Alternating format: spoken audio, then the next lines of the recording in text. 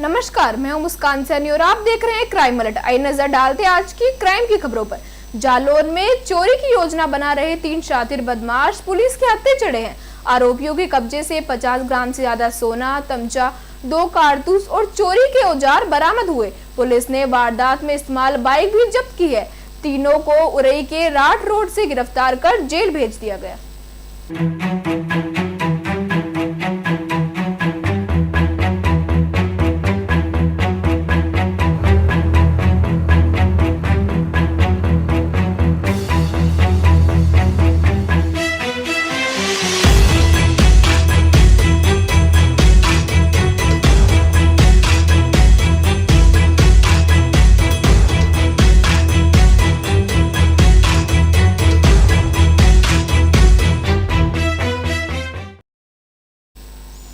अमरोहा में inverter battery की दुकान में हुई चोरी का पुलिस ने खुलासा कर दिया।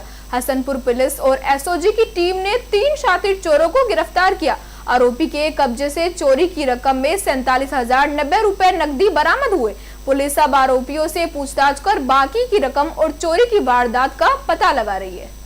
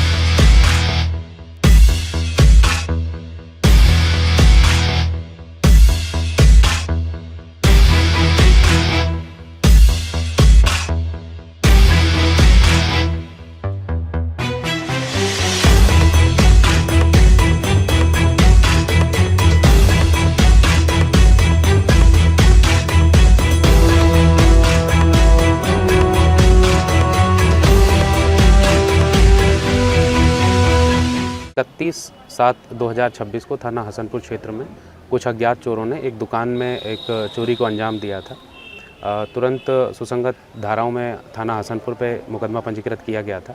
तत्पश्चात थाना हसनपुर की टीम और जनपद की एसओजी टीम इस कार्य में लगातार लगी रही और आज दिनांक 8 अगस्त 2026 को इसका खुलासा करते हुए थाना हसनपुर ने 3 अभियुक्तों को गिरफ्तार किया है और उनके पास से जो सामान चोरी हुआ था, जो रुपया चोरी हुआ था, उसको लगभग 100% उन्होंने बरामद कर लिया है। तीनों अभियुक्तों को अभी न्यायालय के समक्ष प्रस्तुत किया जाएगा और आगे की अग्रिम विधिक कार्रवाई की जाएगी।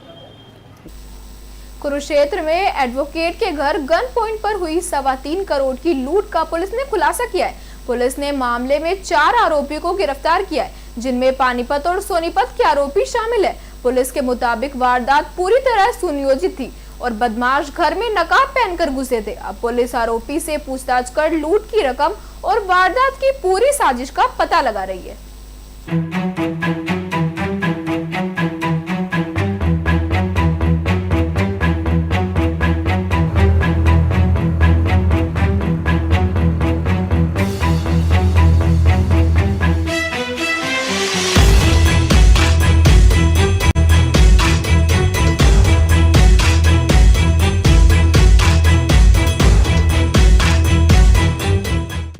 छः अगस्त को जिला कुरुक्षेत्र के अंदर जो सेक्टर 7 के अंदर लूट की घटना हुई थी, उसके अंदर जिला कुरुक्षेत्र की विभिन्न पुलिस टीमों द्वारा उत्कृष्ट कार्य करते हुए मात्र 72 घंटों के अंदर ही सभी आरोपी गिरफ्तार कर लिए हैं। और इसमें मैं आपको ख़ास तौर पर बताना चाहूँगा कि ये ब्लाइंड वारदात थी, जिसके अंदर प्रथम दृष्टया तकनीकी कोई भी साक्ष्य हमारे पास उपलब्ध नहीं थे, परंतु टीमों की अथक मेहनत रंग लाई और आज हमने उन 4 आरोपियों को गिरफ्तार कर लिया गया और इसमें हमारे पास अच्छी रिकवरी भी हुई है।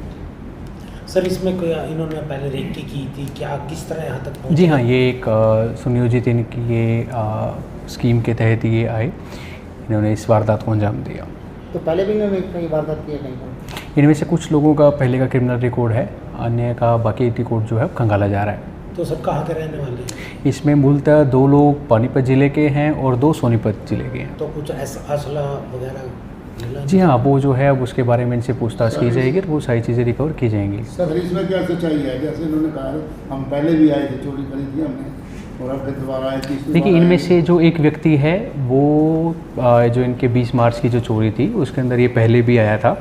बाकी जो लोग हैं वो उस समय नहीं थे, उनके बारे में भी उस विषय पर अभी, क्योंकि अभी तो इनको अरेस्ट किया तो अभी इनको रिमांड पर लेकर पूछताछ की जाएगी, तो सारी चीज़ें हैं वो सारी बिल्कुल क्रिस्टल क्लियर हो जाएगी। सर पुलिस कैसे पहुंची इन तक, क्या प्रोसेस रहा होगा, कुछ बताना चाहिए? देखिए, इसके अंदर प्रथम दृष्टया तो मैंने आपको बताया कि हमारे पास कोई सबूत नहीं थे, क्योंकि ये लोग मुंह ढक के आए थे, गाड़ी के नंबर प्लेट थी नहीं।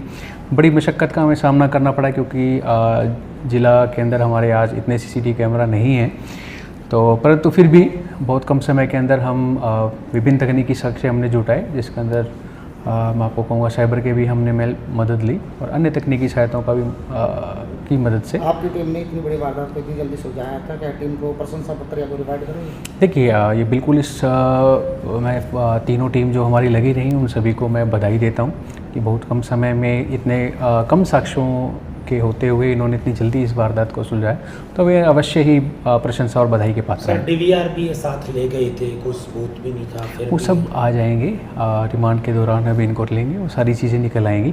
फिर भी DVR बेशक ये साथ लेके गए, परंतु आस पड़ोस के लोगों के जो CCTV कैमरा थे वो फुटेज हमने कलेक्ट कर उसको फाइल पर ले लिया है। सर अमाउंट जो इतना बताया गया था, अमाउंट क्या वो 3 सच है? करोड़ के आसपास था, क्या अमाउंट कुछ बरामद हुआ, क्या टोटल इतना ही था या कम था सर उसमें? देखिए, इसमें हम प्रथम दृष्टया जब भी ऐसी कोई वारदात होती है तो हम शिकायतकर्ता की बात को सत्य मानकर ही उस पर आगामी अनुसंधान अमल में लाते हैं।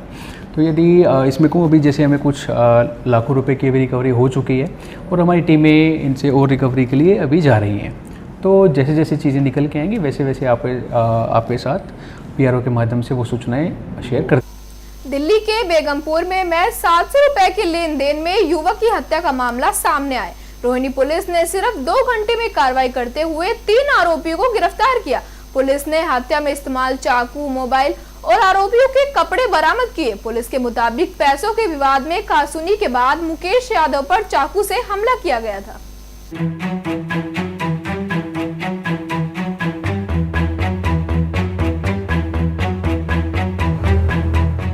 हमारे ATO बेगमपुर प्रमोद और SHO जो है नहीं, वो उसी जो मर्डर केस है उसके सिलसिले में ही इन्वेस्टिगेशन पे गए हुए हैं। मैं आपको बताना चाहूँगा कि कल हमारे पास रात को करीब 11:30 पे एक कॉल आती है कि हॉस्पिटल से, यहाँ के किसी हॉस्पिटल से और जो है एक बड़े हॉस्पिटल में एम्स में रेफर करा है किसी को, जिसके कंधे पे चाकू लगा है।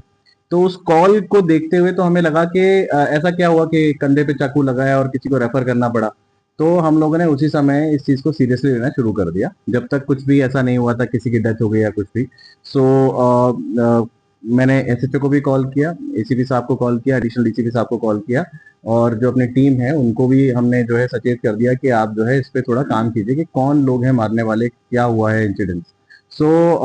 मैं एरिया में था उस समय, मैं यहाँ से सीधा एम्स पहुंचा। जो ACP साहब और एडिशनल DCP साहब जो है मौके पे पहुंचे और SHO भी जो है एम्स ट्रॉमा सेंटर पहुंचे और जो है जो ATO साहब हैं वो मौके पे और जो SI हैं हमारे, उन्होंने इस पे तहकीकात करना शुरू कर दी। बाय द टाइम जब हम लोग एम्स पहुंचे तो वो मृत डिक्लेयर हो गए थे। उनके जो है लेफ्ट साइड में पंचर था और जो है उसकी वजह से उनकी मृत्यु हो गई थी एक्सेसिव ब्लीडिंग से, जैसा डॉक्टर साहब ने बताया। फिर हमने कारणों की जांच करना शुरू करी कि भाई क्या कारण था कि ऐसी वारदात को अंजाम दिया हुआ। तो पता चला कि जो मृतक हैं मुकेश यादव जी, उनके जो भाई है सतीश, उनके साथ किसी की लड़ाई हुई थी 700 रुपए को लेके, कि उसको 700 रुपए लेने थे। उनके घर के बाहर से सतीश को 3 लड़कों ने पकड़ा और उनके साथ मारपीट करी और सतीश ने एक लड़के को बोला कि भाई आप मेरे फादर को बुला दो और वो पैसे दे देंगे। तो उसका फादर जब आए इसके मुकेश के साथ, तो जब वापस आए तो डंडे वगैरह के साथ आए तो इनकी आपस में लड़ाई हुई। इन्होंने जो है एक सचिन करके लड़का है जो BC है बेगमपुर का, उसको पकड़ा और आपस में जब गुत्थम गुत्था हुई तो सचिन के पास एक चाकू था जो उसने ऐसे ही चलते फिरते जो सड़क पे जो बेचते हैं उनसे लिया था, किचन नाइफ टाइप का है वो, और उससे उसने एक वार किया और वो जो है सीधा यहाँ पे लेफ्ट साइड में जाके लगा और उससे उसकी डेथ हो गई। जोधपुर के शेरगढ़ में अपहरण और लूट की वारदात का पुलिस ने खुलासा किया है। कैलाश सोनी ने सोने चांदी के गहने लूटने के मामले में पुलिस ने 4 आरोपियों को गिरफ्तार किया है। जांच में सामने आया कि वारदात के पहले से रेकी की गई थी और आरोपियों को पीड़ित की अफजाई की जानकारी दी गई थी। पुलिस ने 4 आरोपियों को रिमांड पर लेकर आगे की पूछताछ शुरू कर दी है।